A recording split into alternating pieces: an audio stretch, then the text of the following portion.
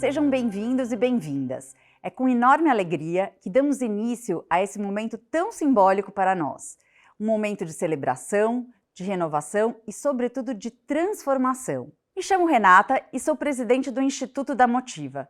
Sou uma mulher branca, de cabelos castanhos, olhos castanhos e estou com um vestido preto e um colete cinza. Por muitos anos, o programa Caminhos para a Cidadania contribuiu de forma significativa para a formação de professores e para a construção de valores como respeito, cuidado e cidadania nas escolas públicas do Brasil. Foram mais de 144 mil educadores beneficiados e mais de 3,5 milhões de alunos impactados indiretamente. Hoje, damos um passo importante nessa trajetória. Um passo que une tudo o que já construímos com um novo olhar, mais conectado com os desafios do nosso tempo e com o futuro que queremos ajudar a construir. Esse novo momento também reflete a transformação da nossa marca. O Grupo CCR agora é Motiva, a maior empresa de infraestrutura de mobilidade do Brasil. Uma mudança que traduz nosso compromisso de ir além da mobilidade e impulsionar o desenvolvimento sustentável nas cidades e nas comunidades onde atuamos. E essa nova visão se materializa também na atuação do nosso Instituto. É com muito orgulho que apresentamos a vocês o programa Escolas Baseadas na Natureza, realizado pela Motiva, por meio do Instituto e com a parceria técnica do Instituto Alana e do Instituto Crescer. Esse programa representa o maior movimento da iniciativa privada que coloca a natureza no centro da educação. Ele nasce com um propósito muito claro: apoiar uma educação que aproxime os estudantes e professores do meio ambiente e que estimule novas formas de aprender, com mais conexão, mais empatia, mais escuta e mais cuidado com o planeta. Essa mudança no programa acompanha a nova estratégia do Instituto da Motiva, de fomentar iniciativas voltadas ao desenvolvimento de cidades mais resilientes, inclusivas e sustentáveis, com mais áreas verdes e menos emissão de carbono, com menos desigualdades sociais, por meio da democratização do acesso à cultura e à educação, e com mais qualidade de vida para seus habitantes. Por meio da formação de educadores, queremos repensar os caminhos e os espaços da aprendizagem, multiplicando práticas sustentáveis e inovadoras em todo o Brasil. Porque acreditamos que uma escola baseada na natureza é uma escola mais viva, com mais sentido no aprendizado e formadora de indivíduos protagonistas, capazes de transformar a sua própria história e a realidade do seu entorno. E para nos ajudar a aprofundar esse tema, tenho a alegria de anunciar que logo na sequência teremos um bate-papo conduzido por Paula Mendonça, do Instituto Alana, com a presença de duas convidadas muito especiais: Alice Patachó, ativista indígena e comunicadora ambiental, e Amanda Reis, gestora de educação da Rede Pública de Salvador. Então, pessoal, podem enviar seus comentários pelo chat. Tenho certeza de que será um diálogo potente que vai nos inspirar e nos provocar a pensar novos caminhos para a educação no Brasil. Sejam muito bem-vindas e bem-vindos ao Escolas Baseadas na Natureza. Vamos juntas e juntos nessa caminhada. Olá, sou Paula Mendonça, educadora no Instituto Alana, e estou aqui para mediar uma conversa sobre educação baseada na natureza. Antes de começar, vou me autodescrever. Eu sou uma mulher branca, de cabelos cacheados na altura dos ombros, visto um óculos e estou vestindo um blazer e uma camiseta preta. Estou aqui muito bem acompanhada por Alice Patachó, comunicadora indígena, e Amanda Reis, educadora da Rede Municipal de Salvador. Eu gostaria de começar pedindo para que vocês contassem um pouco da história de vocês. Amanda, conta pra gente como é que você se tornou educadora e como é que você chega até aqui hoje. Bom, vou iniciar fazendo a minha autodescrição. Eu sou uma mulher parda, racializada, uso tranças no cabelo, estou com um colar com contas de açaí, vestindo um macacão bege e um sobretudo branco. Bom, vamos lá. Eu costumo dizer que eu já nasci educadora, porque desde pequenininha a brincadeira preferida sempre foi brincar de escola, né? Minha mãe diz, é muito comum que ela dizia que eu colocava as bonecas e ia para o quadro para dar aula. Então, assim, desde pequena eu sempre quis estar nessa função. o que era algo um pouco complicador, né? Porque eu gosto sempre de dizer dos meus atravessamentos, né? Não venho de uma família socialmente muito bem posicionada. Então, todo o desejo de todo pai e de toda mãe é que o filho escolha profissões que possivelmente vão lhe rentabilizar mais. E no nosso país, é uma coisa que a gente sempre fala, né? O quanto nós educadores, às vezes, somos depreciados, né? Uma profissão que não tem trazido, né, muitos retornos financeiros. E aí, mais escolha é escolha e desejo é desejo. E muito motivada pelo desejo, desde muito jovem, eu sempre fui para esse lugar da educação. Fiz pedagogia, depois me abri muito para a condição da educação social, que é algo que me chama muito a atenção. Então, sempre que estive nos movimentos institucionais, também sempre estive nos movimentos sociais, né, vivendo as experiências da rua, das brincadeiras, das crianças, da escola como um todo. E há 14 anos eu optei pela educação básica pública. Então, eu hoje estou no funcionalismo público em Salvador, né, e neste momento ocupo a função de gestora de uma unidade de educação infantil de médio porte, que tem 250 crianças em tempo integral, que é o CEMEI União da Boca do Rio, onde a gente faz um trabalho de aproximação com a comunidade, com as famílias, discutindo sentimento de pertença, território, e muito dentro de uma lógica de um trabalho que não é afrocentrado, desculpe, mas que ao mesmo tempo traz um recorte, um enviesamento do nosso território, que é um território negro, né, de crianças pretas e crianças periféricas. Então, hoje a gente caminha um pouco dentro dessa lógica. Muito bom. Alice, conta um pouco pra gente como é que você se torna comunicadora indígena e como é que você chega até aqui. Eu vou começar fazendo minha autodescrição. Eu sou uma mulher indígena de cabelos cacheados longos. Estou usando um vestido vermelho e um colar de contas de tento com penas de arara vermelha. E um cocá vermelho e amarelo. Bom, eu acho que eu começo na comunicação por ser uma jovem muito falante, muito política. Eu tive uma criação muito política, minha mãe também é educadora, então sempre me colocou nesse lugar de inquietação, de questionar. E eu levei isso para as pessoas com as quais eu convivia já na escola, no ensino médio, que eram os meus alunos, os meus amigos que moravam na cidade, mas que tinham um breve contato comigo mesmo quando eu estava em casa, que foi quando eu comecei a ter acesso ao celular, à internet. E aí, através das redes sociais, eu comecei a dialogar com essas pessoas, explicar questões políticas dentro do meu território. Porque as pessoas sabiam que existiam indígenas, existia um povo pataxó, né, dentro da nossa cidade, na época Santa Cruz Cabralha, mas não tinha consciência de quem éramos nós, não sabia em que lugar nós estávamos e por que ocupávamos aquele espaço. Então existiam muitas questões, assim, do estereótipo do que é o ser indígena.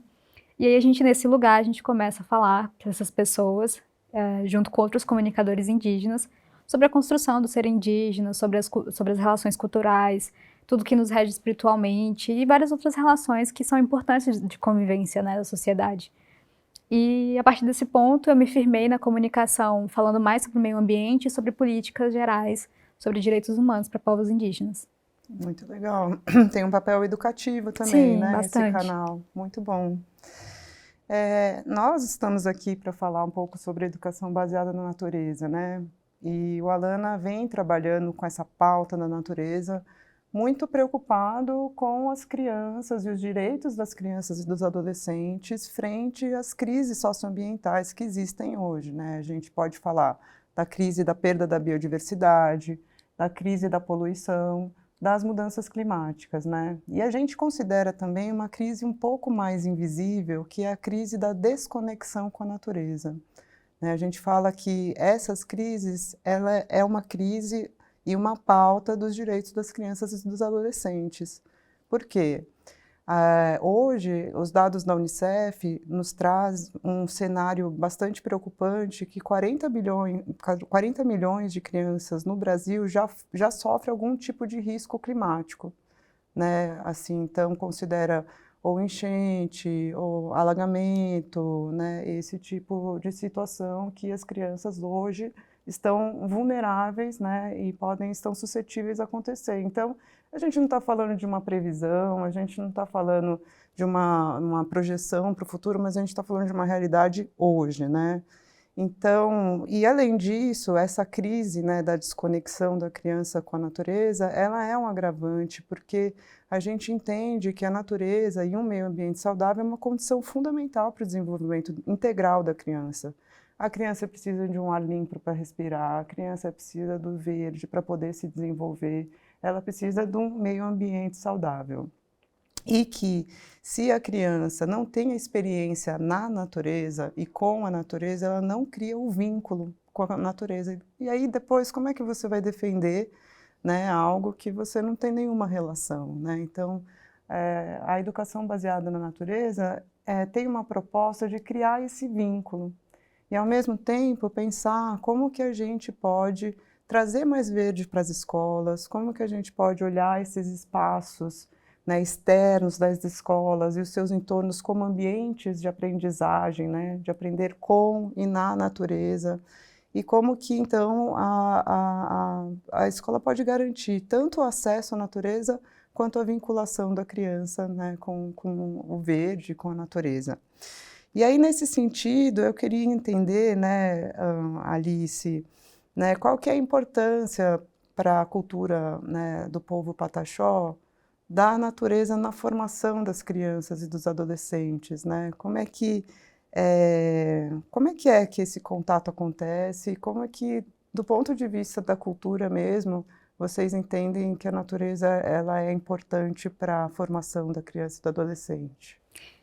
Eu acho que diferente do que muitas culturas ensinam hoje no mundo, a gente ainda parte do ponto em que nós somos dependentes exclusivamente daquele território, da importância que existe na natureza dentro daquele espaço. Não só para uma subsistência, não só justamente para a gente repensar todos esses lugares que nos colocam na vulnerabilidade social diante da perda, né, da biodiversidade local, mas também falando de um ponto de vista cultural e espiritual. Se a gente vive naquele território, a gente depende dele em vários outros sentidos, não só físicos, né? Eu costumo dizer que a gente não se alimenta do território apenas da barriga. A gente precisa daquele território para alimentar também o espírito, alimentar a alma e as coisas que são importantes para reger justamente essa cosmovisão de vida que o povo Pataxó carrega. E isso na nossa infância é muito presente, assim, não só dentro de casa, na formação pai e filho, mas principalmente dentro da formação escolar. Então, a educação escolar indígena hoje no Brasil, ela prioriza muito que o ambiente da escola não se limite às 4 paredes. A gente frequenta a casa dos anciões da comunidade, a gente recebe essas pessoas também dentro da nossa escola, para que a formação ela não dependa apenas do que vem no livro didático, ele precisa ser cultural. Então, como é que você conhece a história de sua própria aldeia? Com quem a fez, com quem a escreveu, quem viveu aquele território. Então, todo o processo ele é ensinado, depende muito das idades, lógico, mas é passado desse modo. A oralidade ela ainda é muito presente, e isso se apresenta muito quando a gente fala sobre as questões ambientais, sobre os projetos que a gente tem nessas escolas para implementar jardins, para poder falar sobre costumes que são importantes para a subsistência daquele lugar também. Então, assim, as ervas medicinais hoje as escolas já têm dentro do seu próprio cercado, a gente já tem algumas das coisas que os alunos usam na alimentação da escola, então as verduras, hortaliças, são eles que produzem também dentro da escola. Esse espaço ele é importante para manter essa cultura viva. Muito legal. Você fala de atividades muito práticas, né? Quando a gente está falando da natureza, eu acho que tem um pouco também desse lugar da prática, né? De plantio, do estudo das ervas, né? E aí, Amanda, assim, eu queria entender como é que é na realidade, né? Sua, do seu trabalho, da sua escola, né? A gente sabe que a natureza ela não é acessível para todas as crianças nos centros urbanos, né? E que muitas vezes, né, a escola é o único lugar que ela vai ter aquele acesso à natureza, vai ter aquele direito garantido. Então, eu queria entender, do seu ponto de vista, qual que é o papel das escolas na oferta e no acesso à natureza para as crianças na rotina escolar? É uma pergunta bem desafiadora, principalmente quando a gente está falando de tempos institucionalizados, né? Quando a gente vai para a escola institucionalmente falando, né? Com esse equipamento que oferece e deve oferecer uma educação que, dentro dos nossos moldes, especialmente capitalista, resgatando um pouco dessa fala da Alice, né? Ela traz uma estrutura de ensino formatada. E a gente começar a pensar em inaugurar, e tem um ponto principal nisso também, que é ter educadores que não viveram esse processo de conexão, e sim tiveram em sua formação uma formação de desconexão. Então, o contexto é desafiador. E trazendo isso para a minha realidade, que é a realidade de Salvador, onde a gente tem hoje, de acordo com a pesquisa do MAP Biomas, nós somos a segunda capital de maior quantidade de concreto, ou seja, aqui tem menos área permeável e estamos perdendo a cada vez. Pensar isso num contexto de atravessamento dentro de comunidades periféricas, ele aparece, surge, nascem os desafios. Primeiro, o reconhecimento desse território como um território importante, né? A escola como um espaço de adentramento da comunidade e como ponto de pertencimento. Então, se a escola ela é um ponto de pertencimento, se ela consegue se firmar enquanto uma instituição que ela não é só daqueles que estão ali dentro, mas ela atende uma comunidade inteira, esse é o primeiro desafio, é transformar a escola como uma escola de todos, para que a gente possa enxergar o território dentro dessa lógica do pertencimento. Ações formativas que garantam que esse educador consiga se aproximar desse diálogo com mais amorosidade, que ele consiga perceber a sutileza, a beleza, uma ética da natureza, né? A importância desse contato das crianças com aquilo que é mais legítimo, com aquilo que é mais genuíno. E o terceiro ponto é abrir espaço para as crianças serem o que é da sua natureza, né? Da natureza selvagem, para que elas possam estar no ambiente em que elas desejam. E a gente escuta muito as pessoas dizerem: as crianças não se interessam, as crianças gostam da tecnologia. O que mesmo a gente oferece? Qual é o lugar da escola? E a escola, quando ela reconhece, se entende, se percebe como esse lugar de pertencimento dentro do território, ela entende que é nossa obrigação ética. A pergunta que eu faço sempre é: a gente já se deu conta que nós somos os anciões? Você trouxe, Alice, a coisa né, do ancião. Então, quem é? Quem transmite a cultura? E que cultura, que lugar é esse? Que crenças que nós queremos transmitir? Então, pensar em uma escola que tenha um espaço, e aí a gente não está falando só do espaço físico, da fisicalidade, que muitas vezes é de concreto, porque hoje o concreto domina o mundo, mas a gente está falando de criar oportunidades para que as crianças extrapolem, para que elas estejam em espaços estéticos, para que elas aprendam a perceber e observar a beleza da vida, do canto de um pássaro, de uma flor. E a gente vai criando caminhos para furar essa institucionalidade curricular dos tempos, dando pausas e respiros para as crianças, para que elas consigam viver a experiência de uma infância bem vivida. Eu acho que é isso, esse é o lema da nossa escola, né? Por uma infância bem vivida. Em especial na primeiríssima infância, onde as crianças, elas vivem pelo vínculo. Então, com o que você se vincula? O que nós estamos escolhendo para nos vincular? E aí a gente muda a lógica, né? A gente não consome a natureza, porque a gente entende a presença dela na nossa vida como um ente, como algo que está para além, ela é parte, eu sou a natureza sou eu. Então, mas isso é um processo formativo longo. E quando a gente está falando, eu falo muito do lugar da minha experiência, que não é uma coisa fácil, principalmente quando a gente está na educação pública, básica pública, é um processo longo de entendimento, porque perpassa muito por um lugar do autoconhecimento, né? O que você percebe sobre você mesmo. E o que as crianças lhe dizem, não o que você pensa sobre o que as crianças pensam. Porque nós vamos muito pelo o que as crianças pensam. Eu, adulto, acho que as crianças pensam isso, do lugar do adulto. Então, estamos falando do resgate da criança interior. A escola não precisa ser só esse espaço do currículo, né? A escola também vem para poder propor relações sociais, para construir junto com as outras crianças, com a comunidade em si, né? Porque a gente tem a mania de achar que a escola se resume simplesmente ao espaço que é professor-aluno, mas a família também participa, a comunidade em torno também tem direito de participar daquele lugar, daquele espaço. Acho que vocês tocaram num ponto muito importante, né, que é a importância da escola nos territórios, né? Se a gente pensar, a escola é o equipamento público que é mais numeroso numa cidade, né, e mais capilarizado também, está espalhado praticamente em todos os bairros, né, e em todas as regiões. Então, se a gente pensar a escola como um centro, né, de radiação, né, de cultura, do convívio social também, e pensar que ele pode ser mais verde, né, e se todas as escolas fossem mais verdes, ia ser um benefício, né, para as crianças, para a comunidade e para toda a cidade no final. Então, isso eu acho que é um ponto super importante, né, que você trouxe, Amanda, que, então, assim, não é só sobre ter mais verde na escola, não é uma questão de paisagem, vamos dizer, ou de cenário, né, de uma escola mais verde, mas sim das experiências que são oportunizadas quando a gente tem uma escola mais verde. E eu acho que nesse sentido, né, os povos indígenas têm muito a nos inspirar e a contribuir, né, já que a vivência, né, da criança indígena, ela muitas vezes, né, acontece já mais próxima à natureza, mais integrada à natureza, né. Eu acho que traz uma sabedoria até mesmo de uma igualdade com outros seres vivos, né, só não esse centro, assim, do ser humano como um centro, vamos dizer, do universo.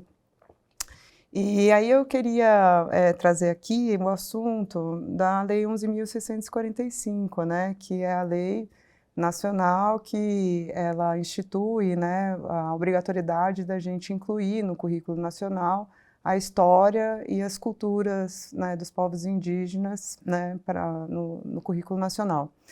Então, eu queria que você falasse um pouco para a gente como que a gente pode integrar no currículo, né, das escolas não indígenas, valores das sociedades indígenas que nutram esse vínculo da criança com a natureza.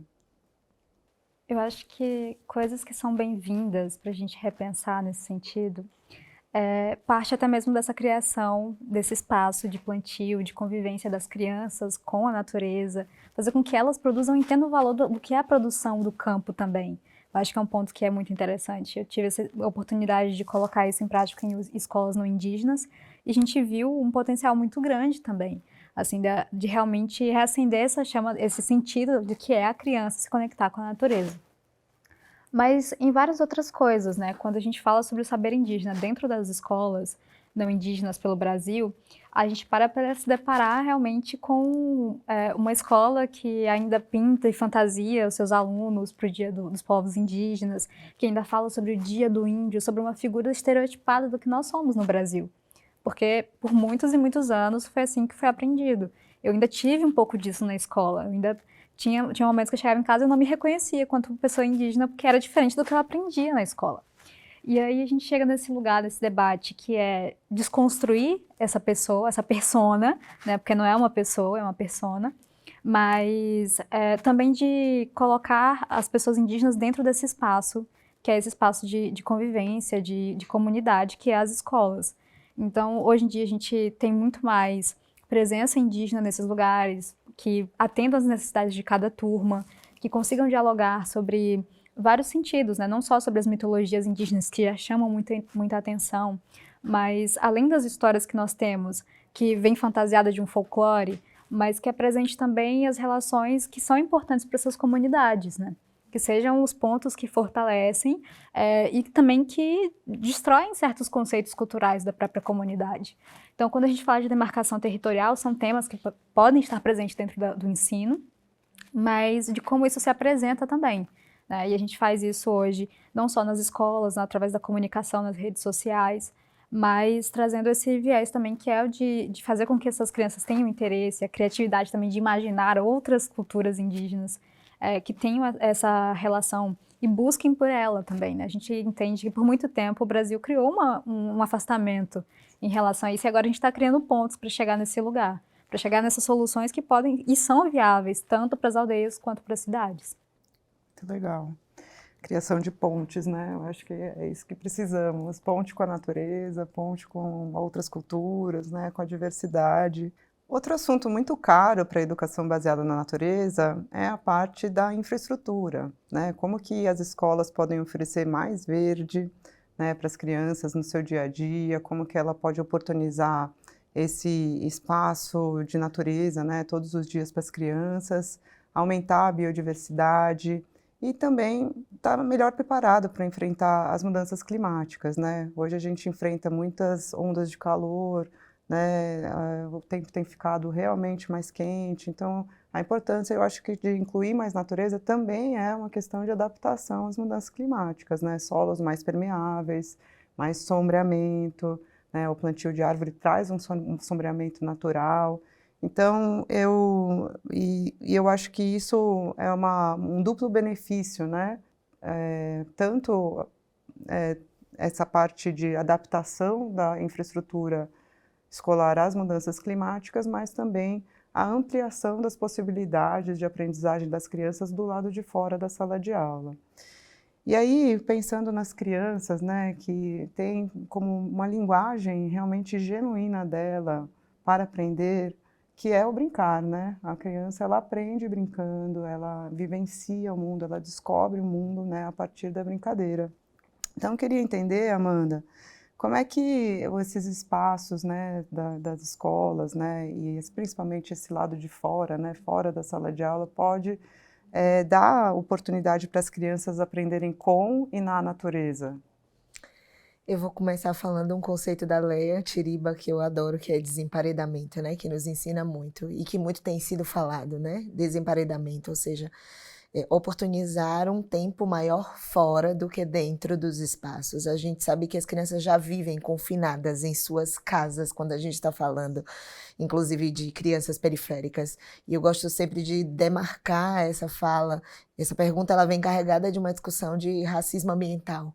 Então, estamos vivendo em periferias cheias de concreto, onde as crianças perderam a rua como espaço de brincadeira pela violência urbana e, ao mesmo tempo, também elas têm vivido a experiência de estar em casas cada vez menores, né? O conceito de moradia tem diminuído.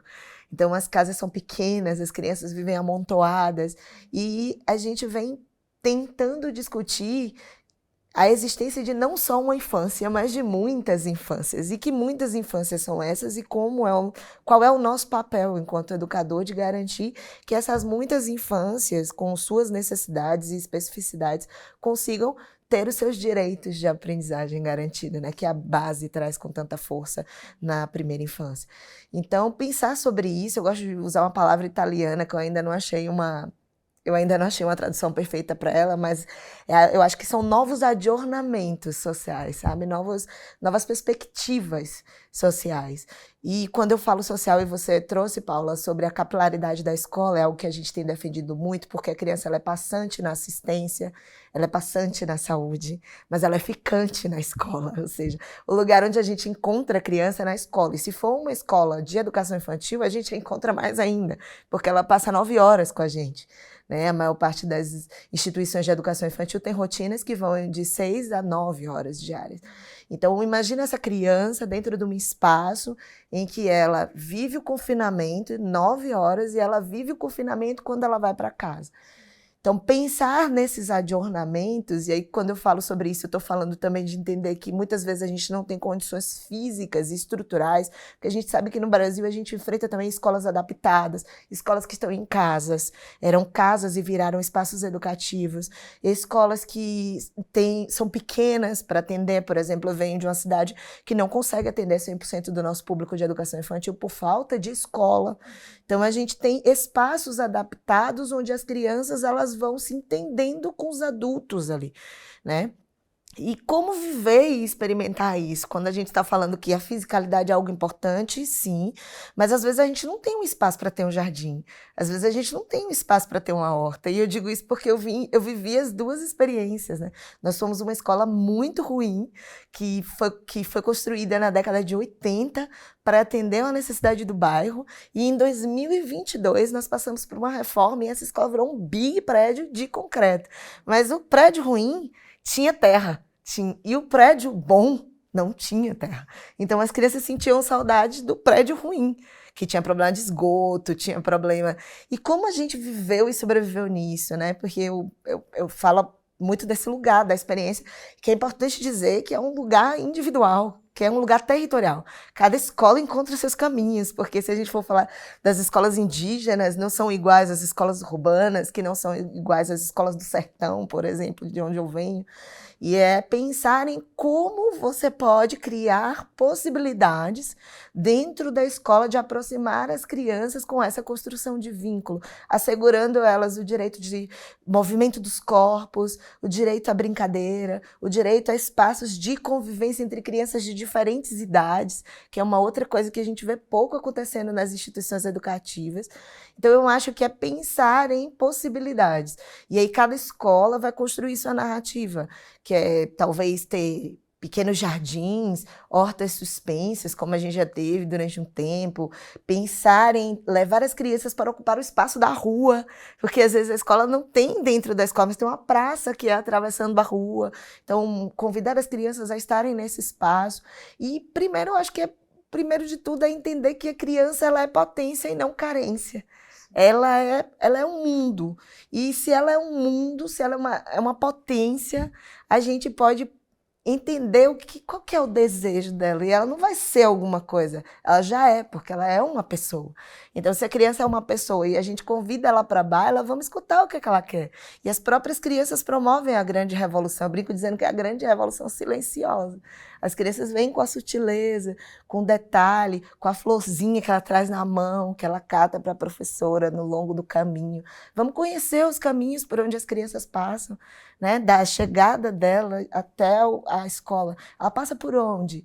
Tem árvores onde ela passa, então oportunizar espaços onde as crianças possam trazer suas experiências comunitárias de vida para dentro da escola e que a gente possa sair também da escola para utilizar esse espaço comunitário, para utilizar essas praças, para utilizar a rua. E se não dá, vamos levar experiências estéticas para as crianças, né? Porque a diferença eu acho que está na forma como a gente oferece. Então, às vezes, é uma flor que a professora coloca em cima da mesa. Ela compra um caquinho e põe em cima da mesa. Ou eu recebi, e eu acabei não falando isso na minha apresentação, mas assim, eu não falo só. Eu sou uma povoada, né? Por trás de mim tem um coletivo de 18 educadoras que não sustentariam. Hoje eu represento um grande coletivo de uma comunidade que deve ter em torno de 800 pessoas. Então, assim, até me sinto honrada por isso. E tem uma educadora lá na escola, que é a Promari, que outro dia eu recebi uma foto, estava numa reunião e recebi uma foto. E ela falou, se eu fosse a diretora dessa escola, ninguém varria mais esse chão. E o chão estava coberto de flores amarelas. E as crianças estavam brincando com essas flores. E aí eu disse, bom, a partir de agora a gente não varre mais esse chão. Então é sobre essas experiências, que são experiências que nos tocam no campo do sagrado, no campo do afeto mesmo. E tocam as crianças também nesse lugar. Muito legal. Amanda, você falou uma coisa que eu queria, acho que retomar aqui, porque o edital Escolas Baseadas na Natureza, ele vai apoiar, né, reformas, né, de escolas, né, então, para trazer realmente mais natureza, né, para a escola.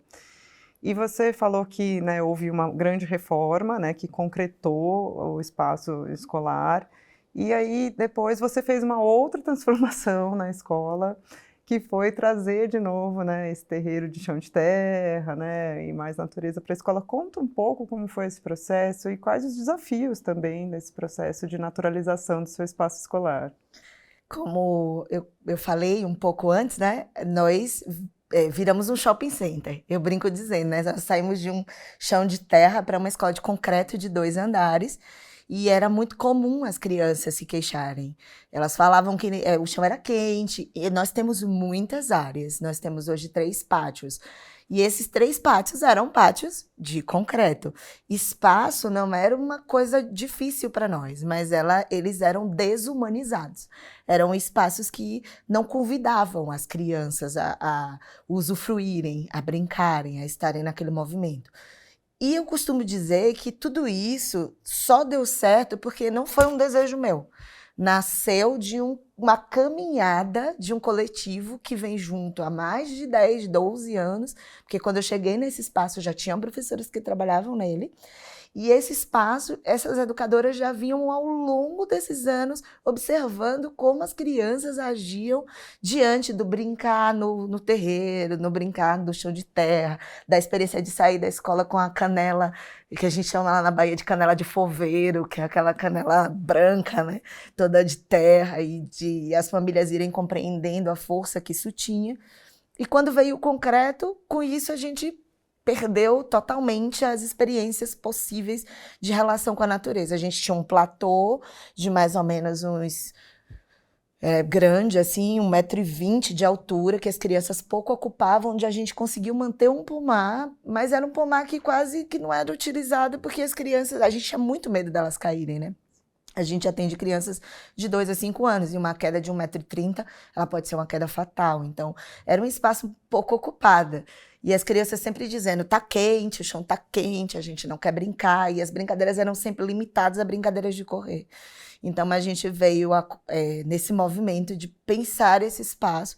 E com a parceria da Urban 95 e a CECIP e o coletivo Taboa, a gente conseguiu naturalizar o nosso espaço no ano passado. Foi um grande desafio, foram 45 dias envolvendo obra civil e intervenções com as crianças, tendo elas como protagonistas do processo. Então, eu costumo dizer assim, acho que a gente desenvolveu uma metodologia que hoje está no manual da Urban e que hoje serve de referência para a possibilidade de outras escolas empreenderem essa naturalização. Então, a gente começou primeiro escutando as crianças, a gente fez uma grande rodada de escuta com as crianças, vendo a planta baixa da escola, vendo quais eram os espaços que elas queriam quebrar.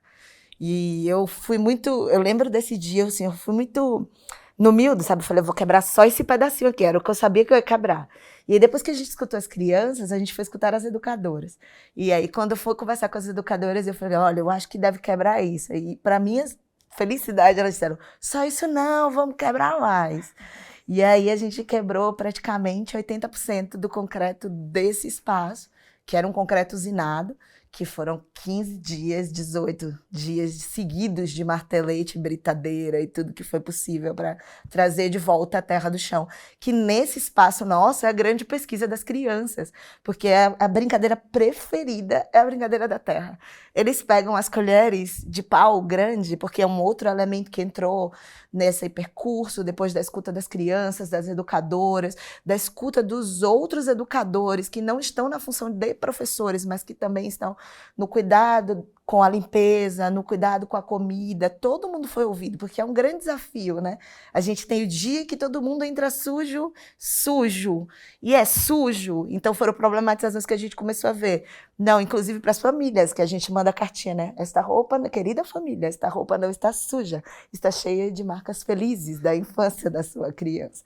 Para que as famílias comecem a se aproximar dessa narrativa. Escutamos as famílias, as crianças, e as crianças decidiram o que elas queriam. E elas queriam casa na árvore, chão de lama da Peppa Pig, elas queriam Homem-Aranha, chuva, e a gente foi traduzindo isso em brinquedos que foram feitos com supressões e mudas de podas da nossa própria cidade, com o apoio de outras pessoas e da nossa comunidade, e fomos e produzimos um lindo espaço que é naturalizado e que as crianças nomeiam hoje de quintal arco-íris e que elas utilizam em vários momentos do dia, durante o dia, e virou um espaço de convivência também para os adultos, porque os adultos quiseram um redário, por exemplo. Então hoje a gente tem espaço para tirar uma soneca na hora do almoço.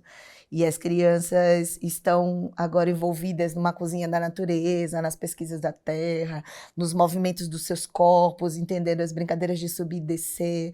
E a gente está enfrentando e vivendo os desafios de entender que o que é risco é bom, o que é perigo não é legal, como é que a gente vai se entendendo nessa relação nesse quintal. Então, o que eu posso dizer assim, é possível. E às vezes as pessoas falam sobre fazer isso numa escola pública, né? Nós somos uma escola pública. E a escola pública é o espaço para todas as crianças. Então, quando a alegria primeira vez que as crianças puderam utilizar esse espaço, acho que eu nunca vou esquecer na minha vida, né? De poder dizer assim, agora era o que nós queríamos, assim. Então, as crianças hoje, elas transitam entre espaços fechados e transitam entre espaços abertos. Mas hoje a gente defende e garante que elas estejam muito mais nos espaços externos do que nos espaços internos. Muito bom. Você traz assim um pouco essa mudança, então ela trouxe um bem-estar muito maior, né, para as crianças, e também os próprios educadores e educadoras sentiram isso e também tiveram seus desejos acolhidos, então o bem-estar foi para todo mundo, né? Que ótimo. Eu acho que você traz, né, dentro da sua experiência, uma possibilidade real, né? Acho que uma história que conta sobre como essa transformação do espaço, ela traz um maior vínculo mesmo, né, da criança com a natureza. E aí eu queria falar um pouco sobre uma outra parte que tudo bem, tem um vínculo, né, assim, mas hoje em dia nosso mundo e as crises ambientais têm desenhado um cenário um pouco difícil, né? E aí eu acho que o ponto que eu queria trazer aqui é que nós, quando a gente pensa na educação baseada na natureza, a gente dialoga muito mesmo com a educação ambiental, a educação climática, que é um letramento, né, de leitura desses problemas, né, dessas crises socioambientais, e a necessidade urgente de desenvolver habilidades para o enfrentamento desses problemas, né? Seja através, né, de um conhecimento sobre as soluções baseadas na natureza. Então, como é que um jardim de chuva pode ajudar na drenagem da água no solo? Qual a importância dos solos permeáveis? Como, então, diversos tipos, né, em situação de seca, o que a gente pode fazer? Então, eu coloco uma cisterna. Então, realmente, pensar em soluções, né, e os jovens, né, e mais adolescentes terem, eu acho que, o acesso a esse repertório tão importante hoje de como que a gente enfrenta os problemas que a gente está vivendo, né? E aí, nesse sentido, eu acho que eu quero trazer para você aqui a necessidade mesmo desse protagonismo, né? O protagonismo do jovem, do adolescente na resolução desses problemas, num pensamento de projeto de futuro, e qual que é a importância, né, dos tomadores de decisão ouvirem e os jovens terem espaços para trazer esses anseios, né? A gente entende que o protagonismo ele é uma forma da gente trazer um combate também a uma outra situação que é de uma eco-ansiedade, uma ansiedade climática, né? Então, quando a gente se sente parte da solução, eu acho que isso a gente pode garantir também um melhor projeto mesmo de vida e de futuro. Então, para você, como é que você entende isso na sua experiência? Olha, eu acho que a gente já deu um passo gigantesco no caminho de se preocupar em discutir esses assuntos dentro dos espaços que são a escola, dentro dos espaços que são as redes sociais, que alcançam milhares de pessoas todos os dias, em diversos outros lugares também, que a gente, aos poucos, a gente chega nesse lugar de compreender, de fazer esse letramento básico, que é o racismo ambiental, o que se trata as mudanças climáticas, quem está sendo afetado pelas mudanças climáticas, né? E a gente chega num ponto em que a juventude do Brasil, do mundo hoje, é a juventude, né, a geração Z é a juventude mais preocupada com as mudanças climáticas dos últimos anos. E isso parte para um ponto muito importante, que é essas pessoas que vão atrás da informação, que vão atrás das mudanças, que buscam alternativas para dentro dos seus campos de trabalho, de atuação, mas também de estudo. Então, assim, a gente está construindo esse lugar de chegar, de falar que a gente consegue um futuro mais sustentável, que é possível, que os centros urbanos se transformem, se adaptem a esse lugar, assim como outras comunidades, assim como a gente fala hoje de repensar até mesmo os espaços e as demarcações dos territórios indígenas como um dos principais centros de preservação no Brasil. A gente sabe que são os territórios mais preservados, mas a que custo também? A custo das vidas indígenas. E aí o que a gente faz para proteger esse lugar, essa biodiversidade gigantesca e essas pessoas? A gente demarca território, a gente cria políticas públicas para que esse espaço seja respeitado, mas que também seja um espaço de convivência. Porque esse território ele não precisa ser único exclusivamente do uso indígena, ele é um espaço da união, que precisa da visitação dos brasileiros, que precisa compreender também os sentidos culturais, compartilhar essas culturas. E tudo isso que a gente tem a ensinar sobre questões climáticas, né? Acho que a gente está falando de uma sabedoria milenar e ancestral que tem muito a produzir ainda, que tem muito a ser documentado. A gente fala muito da importância da oralidade, mas a gente também precisa que isso chegue às universidades, que isso alcance outros espaços e outras mídias, para que as pessoas compreendam que é possível sim adaptar, que é possível chegar nesses lugares. Então, acho que vem desse lugar aí, desse momento. Muito bom. Educação baseada na natureza é uma convergência, né, de ações, é uma convergência da educação ambiental, da educação climática, do desemparedamento da infância, de pensar e se preocupar como que a gente traz a natureza para o centro, né? Essa crise da desconexão com a natureza, ela tem a ver também com uma origem, né, de todas as outras crises, né? E a solução ela é sistêmica, né? Não basta ser individual, não basta também só a escola, mas, né, toda a sociedade repensar, né, um pouco como, e as cidades também, repensar o seu planejamento para que tenham políticas que acolham mesmo a sustentabilidade do planeta, né? Que pensa e acolha. Bom, então a gente vai terminando aqui o nosso papo. Queria saber se vocês gostariam de trazer algum último recado para as pessoas que estão querendo se inscrever, participar do curso, se inscrever no prêmio, né? Então, queria saber se vocês gostariam de trazer um último recado. Ai, gente, eu vou falar que para quem está aí assistindo, primeiro agradecer, né, por ter compartilhado um pouco conosco dessa conversa, mas dizer assim, é possível. A fala vem muito nessa direção. A gente, quando consegue articular políticas públicas no nosso território, aciona a nossa rede de proteção e se entende como um espaço de pertencimento que vai gerar uma consciência territorial possível para que a gente proteja as crianças e oportunize para elas também o direito à beleza, o direito à estética, o direito à sensibilidade, a gente parece que ganha uma força interna que é muito maior do que qualquer coisa que eu consiga falar aqui.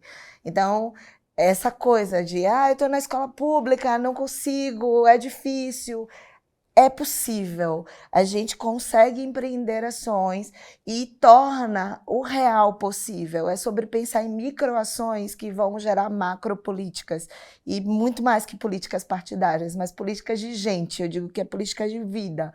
Então é isso, eu acho que quem está aí assistindo, que participe, que se sinta mobilizado também a trazer sua experiência para pensar em como naturalizar os espaços e trazer muito mais educação baseada na natureza para as crianças e mais beleza e sensibilidade para as infâncias. Olha, eu acho que deixar a palavra, que é a gente compreender que sustentabilidade e debater questões climáticas também chega em algum lugar, que também é falar de progresso. Se a gente não constrói isso no Brasil hoje, a gente perde tempo, a gente perde espaço, a gente perde a possibilidade de existência, de vida e de uma qualidade de vida, que é o mais importante de tudo, né? Então, repensar esses lugares, repensar os centros urbanos, repensar os territórios indígenas no Brasil hoje é fundamental para que a gente chegue nesse lugar de futuro que a gente tanto quer construir, que a gente tanto diz que a gente quer chegar e progredir. Não só no sentido financeiro da coisa, não só no sentido da política pública, mas principalmente no sentido humano, né? Que é formar essa sociedade, formar essas crianças como pessoas mais humanas do que nós somos na nossa geração. Acho que é isso. Nego Bispo fala, né, Alice? A palavra não é desenvolvimento, é envolvimento. Maravilhoso. Bom, então chegamos, infelizmente, ao final do nosso papo. Eu agradeço a vocês que estiveram aqui conosco até agora e desejo uma boa sorte também para quem for participar do curso e da premiação também. Então, muito obrigada. Olá, educadoras e educadores. Sou Itamara, coordenadora de projetos no Instituto Crescer, parceiro técnico da Motiva para o desenvolvimento do programa Escolas Baseadas na Natureza. Farei minha autodescrição. Sou uma mulher branca, com cabelos curtos, escuros. Estou vestindo com uma camisa de alfaiataria clara, com botões. Uso brincos e anéis dourados. Estou sorrindo enquanto falo com vocês. É uma alegria estar aqui no lançamento do curso e do prêmio Escolas Baseadas na Natureza. Preparamos com muito afeto e responsabilidade um processo formativo com foco no conceito Educação Baseada na Natureza. Apresentarei agora um pouco de como será esse processo. O curso Escolas Baseadas na Natureza está disponível no ambiente virtual de aprendizagem do programa. Logo mais, navegaremos pelo site e pelo ambiente, para que vocês se familiarizem. Lá vocês encontrarão um curso gratuito de 40 horas com certificado. São 5 aulas com vídeos e textos divididos da seguinte forma. Na primeira aula, introduziremos a relação entre educação e meio ambiente como um caminho fundamental para a reconexão dos estudantes com a natureza. Apresentaremos o conceito Educação Baseada na Natureza em sua relação com currículo, espaço escolar, território e cidade. Abordaremos como esse conceito se relaciona com a educação ambiental, educação integral e com marcos legais, como a BNCC. Na segunda aula, refletiremos sobre aprender com e na natureza.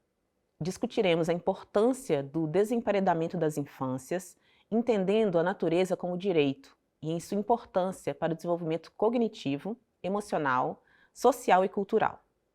Para tanto, convidaremos os saberes tradicionais afro-indígenas, colaborando com nosso papel de educadoras e educadores na reconexão dos estudantes com a natureza. Na aula 3, avançaremos para compreender como as urgências relacionadas ao clima afetam a educação. O conceito de crise climática e seus impactos na vida dos estudantes serão analisados. Exploraremos metodologias refletindo sobre como podemos contribuir com a ODS 13, Ação contra a Mudança Global do Clima. Aqui traremos informações sobre a COP30, que acontece esse ano no Brasil, sempre conectando temas globais com as realidades escolares brasileiras. Na aula 4, a proposta é a de repensar espaços escolares a partir da educação baseada na natureza. Abordaremos como escolas em diferentes regiões do Brasil, com espaços reduzidos ou totalmente concretados, podem integrar a natureza em seu cotidiano, e como a articulação entre territórios educativos, poder público, OSCs, OCIPs e empresas privadas podem construir parcerias intersetoriais para viabilizar a transformação do espaço escolar em ambientes naturalizados. Na quinta e última aula, revisitaremos os principais conceitos abordados nas aulas anteriores e transformaremos o que foi inspiração em ação. Como atividade final, para a conclusão do curso, a proposta é o envio de um registro escrito e/ou audiovisual sobre uma ação ou um projeto relacionado à educação baseada na natureza, que vocês já desenvolveram ou pretendem desenvolver nas escolas. Essa será a atividade final do curso. Todos que quiserem concluir a formação e receber o certificado devem realizar essa atividade. Além disso, ela pode ser um impulsionador para as educadoras e os educadores que desejam se inscrever na premiação do programa, pois pode ser um movimento de escrita de um projeto a partir dos aprendizados vivenciados no curso. Falando em prêmio, lançamos hoje o edital e a inscrição para concorrer à premiação. Este ano, o programa beneficiará escolas públicas municipais com até R$100 mil para cada um dos projetos que prevêem a naturalização de um espaço escolar com intencionalidade educativa. Para tanto, duplas de educadores das cidades com a atuação da Motiva devem ler o edital, conhecer as regras e inscrever seus projetos. Importante! A premiação se dá por meio de benfeitorias no valor total de até R$100 mil para cada escola ganhadora e por mentorias que auxiliam na realização dos projetos. Caso tenham dúvidas sobre o prêmio, escrevam para equipe.pedagogica@motiva.com.br ou insiram no chat deste evento as suas dúvidas. Responderemos em breve. Faremos ainda uma jornada formativa nos dias 25 de junho e 2 de julho, que irá inspirar para a escrita dos projetos. Essas datas constam no site e para as pessoas cadastradas no ambiente virtual, enviaremos lembretes por e-mail e por mensagem. Fiquem ligados. Agora, vamos navegar um pouco no site no ambiente virtual de aprendizagem para nos ambientar? Esse é é o novo site do programa. O endereço é www.escolasebn.com.br. Ele é aberto para todas as pessoas que se interessam pela conexão entre educação e natureza. Todos que desejarem podem acessar. A navegação permanece bem similar ao site anterior. Aqui temos a página principal. Na parte superior, temos banners com destaques do programa. Vejam que há a opção de clicar para acessar o curso. E no banner seguinte, a opção de acessar o edital e a inscrição do prêmio. Logo abaixo, há a área de últimas notícias, que contém as novidades do programa. Por vezes, alguns destaques dos banners podem também estar aqui, o que te ajuda a encontrar, por exemplo, os locais para acessar o curso e o edital para o prêmio. Clicando aqui, vocês chegam na página de acesso ao ambiente virtual de aprendizagem. Neste ambiente, é necessário ser cadastrada ou cadastrado. Se já tem login, basta inserir e digitar sua senha. Caso tenha esquecido sua senha, basta clicar aqui para receber um e-mail com o passo a passo para a recuperar. Caso não seja cadastrado, basta clicar em Novo Estudante e fazer o cadastro. Após acessar, esse é o ambiente virtual de aprendizagem. Também há banners com destaques e outras informações relevantes na página principal. Clicando em Espaço do Cursista, vocês encontrarão o curso Escolas Baseadas na Natureza. Nele, há o acesso a 5 aulas com vídeos e textos que irão enriquecer a sua prática educativa. Voltando ao site, no segundo banner, há a opção de conhecer o edital e se inscrever para o prêmio. Buscamos fazer um edital de fácil leitura e que forneça todas as informações necessárias. Nele, encontra-se o link para o formulário de inscrição, o qual está orientativo sobre cada etapa de um projeto. Como novidade, esse ano há espaço para inserir imagens das escolas e outros documentos que enriqueçam as propostas. Após a escrita, basta clicar aqui e enviar. Sei que muitas informações e boas novidades foram passadas aqui hoje, mas não se preocupe, este vídeo ficará gravado e disponível no site para acesso. E como eu disse, temos um canal de atendimento que pode te apoiar. Para qualquer dúvida, entre em contato pelo e-mail equipe.pedagogica@motiva.com.br. No site também haverá atualizações de informações, bem como enviaremos e-mails e mensagens para pessoas cadastradas no ambiente virtual, informando sobre os prazos e as principais novidades. Importante, a inscrição para a premiação ficará aberta até o final de julho e o curso ficará disponível até o final de outubro. Fico por aqui, mas nos encontraremos ao longo da jornada formativa Escolas Baseadas na Natureza. Até mais! Obrigada, Itamara, e um agradecimento muito especial a Paula, Alice e Amanda, e a cada um que esteve conosco até aqui. O programa Escolas Baseadas na Natureza é uma construção coletiva. Acreditamos que é possível transformar a educação a partir do respeito ao tempo das crianças, ao território, às raízes e à escuta sensível. Convido todas e todos a conhecerem mais, se inscreverem no curso, participarem do prêmio e se engajarem nessa jornada com a gente. Em nome da Motiva, de seu instituto e de toda a equipe envolvida, o meu muito obrigada. Vamos seguir caminhando juntos, tendo a natureza como palco onde acontece a educação com sentido e os estudantes como protagonistas do processo.